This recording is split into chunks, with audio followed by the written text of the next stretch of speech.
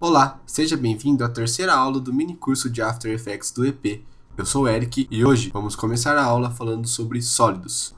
Antes de mais nada, eu vou criar uma nova composição, Ctrl N, vou chamar de aula 03 e o resto está ok.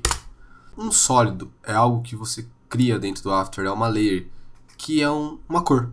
Basicamente é isso. É como se você importasse uma imagem de uma cor só. A maneira de criar, você pode vir aqui em cima em Layer, New, Solid, vai aparecer a janelinha de opções, ou, como eu prefiro, usar o atalho Ctrl Y. E aí aparece essa janelinha de Solid Settings. Antes da gente continuar, a gente tem que mexer algumas coisas. Por exemplo, o nome, eu vou nomear agora de sólido exemplo. O tamanho do meu sólido, largura e altura e a unidade em pixels. Eu posso pôr, por exemplo, em milímetros. Vou usar o pixels mesmo, que é mais comum. O aspecto do pixel vamos deixar quadrado, tá? E um botãozinho aqui muito interessante que é Make Comp Size. O que é isso? Eu tenho uma composição Full HD aqui, que é um tamanho de 1920 por 1080 pixels. Se eu clicar em Make Comp Size, ele já vai transformar meu sólido em 1920 por 1080 pixels. Por último, a cor, o vermelho.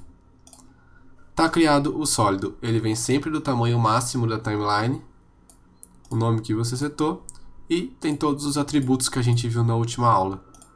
Um sólido é só isso, pode ser usado para várias coisas. Por exemplo, ele pode ser um background. Eu posso criar um novo sólido, Ctrl Y, deixar ele 500 por 500. Vou escolher uma outra cor aqui, amarelinho. Tem um quadrado, posso trazer meu quadrado para cá, diminuir,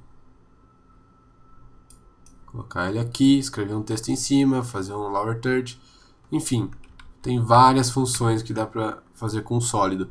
Só lembrando que o seguinte, deixa eu apagar esse sólido amarelo, vou criar um novo, exemplo, scale vai chamar, e ele vai ser bem pequenininho, eu quero ele 20 por 20. Ok. Tá lá, se eu aumentar o meu sólido, vou usar o S de scale, muito aqui. Reparem, ó, ele está ficando esfumaciado. Por quê? Ele está perdendo resolução. Eu estou aumentando muito o meu scale, eu não posso fazer isso. Mas como ele é algo criado dentro do After, o After consegue fazer um negócio que a gente chama de rasterizar, de renderizar frame a frame, para ele não perder qualidade. É como se transformasse ele num vetor. Vamos dizer, como eu faço isso? Ligando o collapse, como a gente viu na última aula. Vejam a diferença. Agora eu posso aumentar o quanto eu quiser que ele não vai perder resolução. Agora vamos falar sobre a ferramenta de texto. Ela fica aqui em cima no After. O atalho é Ctrl T. Se eu apertar Ctrl T de novo, ela vai alternar entre essas duas aqui. A horizontal, vou clicar e digitar, olha lá, e a vertical. Se eu clicar e digitar, como é que fica? Certo? Os detalhes sobre o texto estão aqui, ó, no painel Character. Se não estiver aparecendo para você, vai em Window e abre aqui, Character. O atalho é Command 6. Também a gente pode usar o Paragraph, que é bem interessante, que é o alinhamento, né? Vai ser à esquerda, centralizado ou à direita. Deixa eu apagar esses dois textos. Então vou apertar Ctrl T, vou clicar, vou escrever um texto aí. Mini curso grátis do EP. Depois que eu tiver terminado de escrever um texto, eu posso clicar fora, em qualquer lugar, ele vai parar de editar o texto. Ou eu posso apertar Enter do teclado numérico, vai parar de escrever meu texto, ou Ctrl Enter normal, que também ele finaliza a edição do texto. Vou trazer meu texto para cá, tá? Aí tá ele. Com ele selecionado, vamos aqui. Posso selecionar aqui na abinha de Character, eu vou selecionar a fonte que eu quiser. Depende das fontes que eu tenho instaladas, tá? Se, por exemplo, eu escolho uma fonte, vou pegar uma aqui, que tem bold e italic, vai ficar aqui embaixo. Aqui do lado eu escolho a cor do texto, pode ser preto ou branco, tenho essas janelinhas rápidas aqui, ou se não eu clico aqui, ó, e posso escolher a cor que eu quiser. Certo? Se eu clicar aqui, eu vou escolher uma cor de contorno para o texto. Vamos supor amarelo. Olha lá, já surgiu um contorno. Aqui é a espessura do contorno. Aqui em cima é o tamanho do meu texto. Algumas opções. Fill é o preenchimento do texto, stroke é o contorno. Então, o fill sobre o stroke sobre o fill, all fills over all strokes, ou seja, todas as letras sobre os strokes, ou todos os strokes sobre as letras. Certo? Eu vou deixar sem stroke por enquanto. Alguns detalhes, por exemplo, se eu tenho texto em duas linhas. Aqui eu posso definir o espaçamento entre elas, aumentar ou diminuir, ou deixar automático mesmo, tá? E aqui embaixo, o espaçamento entre as letras, certo? Mas aqui tem algumas opções como um bold meio falso aí que o After te disponibiliza. Não é a coisa mais legal, mas assim, nem todas as fontes têm o bold, você pode usar o do After, o itálico, que é a opção de todas as letras estarem em caixa alta, ou tudo em caixa alta, mas as letras que você escrever maiúscula vão ser um pouquinho maior, e aí colocar como sobrescrito ou subscrito. Aqui embaixo, como eu já disse, é o alinhamento, alinhado à esquerda, centralizado, ou à direita. Reparem no anchor point, quando é alinhado à esquerda, ele vem para cá à esquerda, alinhado ao centro, ele está no centro, alinhado à direita, ele está na direita. Ok? Basicamente, sobre texto é isso. Tem alguns outros detalhes que são mais simples e não muito úteis, tá? Acho que isso é o principal que a gente tem que saber. Agora a gente vai falar sobre um outro objeto do After, que é o Null Object, objeto nulo. A gente pode vir aqui em cima em Layer, New, Null Object, ou usar o atalho que eu gosto também, Ctrl Alt Shift Y, tudo que eu posso mais Y. O null, ele não é nada. Olha, ele está aqui, vou até desligar esse sólido de baixo para vocês verem. Ele é um quadradinho riscadinho, transparente, com um anchor na ponta. E ele não aparece no seu render, ele não serve, não vai aparecer de maneira nenhuma. Mas para que ele serve? Ele serve, por exemplo, como um controlador. Imagine que eu tenho aqui, eu vou criar um quadradinho, um sólido Ctrl Y, né? Vou chamar de quadrado 01. Isso é amarelo mesmo. Tem um quadradinho aqui. Vou duplicar Ctrl D, trazer esse outro quadradinho para cá, trazer esse outro quadradinho para cá. Legal. Tem essa composição com 3 quadradinhos. Que eu vou renomear, quadrado 02, quadrado 02. E eu vou animar esses 3 quadradinhos. Vou selecionar os 3, apertar P de Position, criar um keyframe. Vou dar um segundo e vou jogar cada um para um lado. Bem aleatório mesmo, tá? Então aqui eu tenho uma animação. Vamos supor que eu queira trazer essa animação desse jeito que ela tá, toda mais para cá no quadro. Eu não posso simplesmente pegar os meus quadradinhos e puxar eles para cá. Não vai dar certo. Eu vou alterar os keyframes, vou zoar tudo. Como que eu posso fazer? Eu posso usar o meu null. Vou trocar a cor dele aqui, que eu não estou gostando dele nessa cor. Eu posso clicar aqui, ó, na label, colocar ele branco. Eu vou usar um negócio no After que chama parent, que é uma relação de pai e filho. O que significa isso? Os filhos seguem os pais, ou seja, se o meu null for o pai desses 3 quadradinhos, tudo que o meu null fizer, esses 3 quadradinhos vão fazer.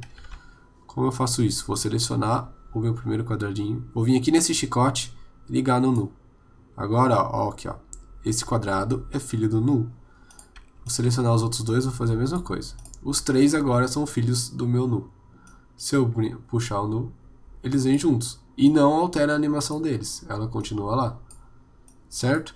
Por exemplo, se eu rotacionar o meu null object, eles vão rotacionar e a animação continua lá.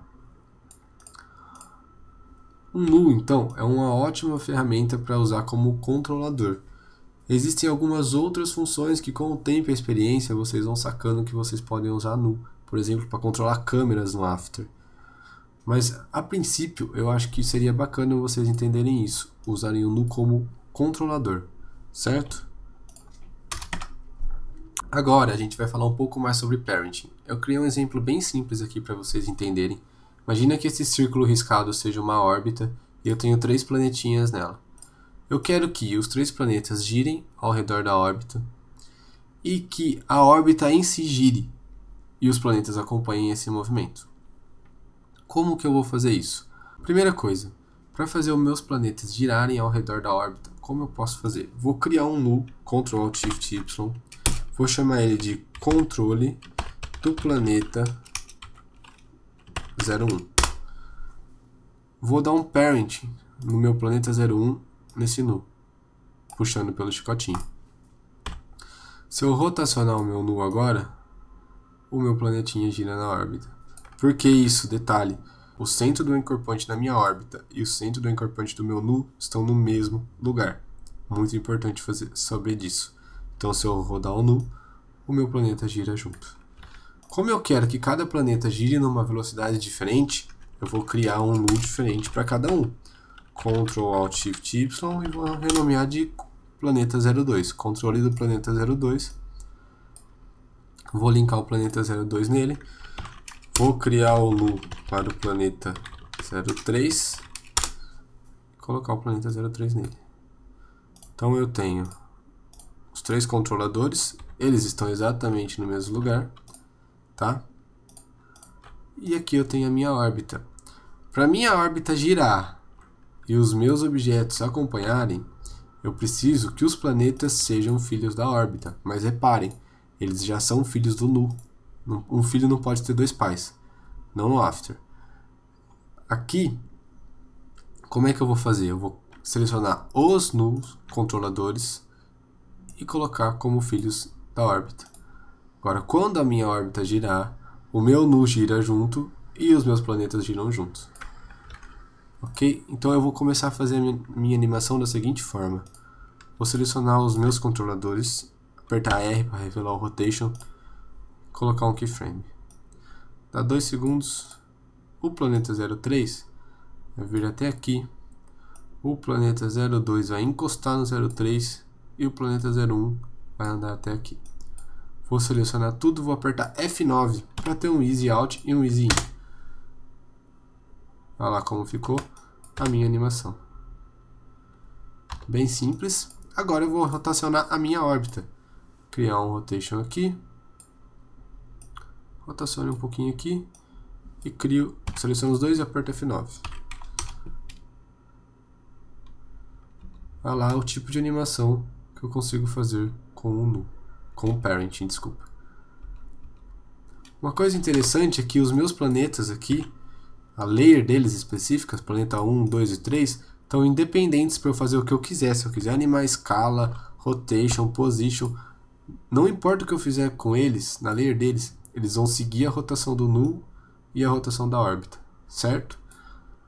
Lembrando que parent serve para position, scale e rotation. Então, se eu aumentar o scale da minha órbita, atalho S, todos os filhos dela aumentam junto.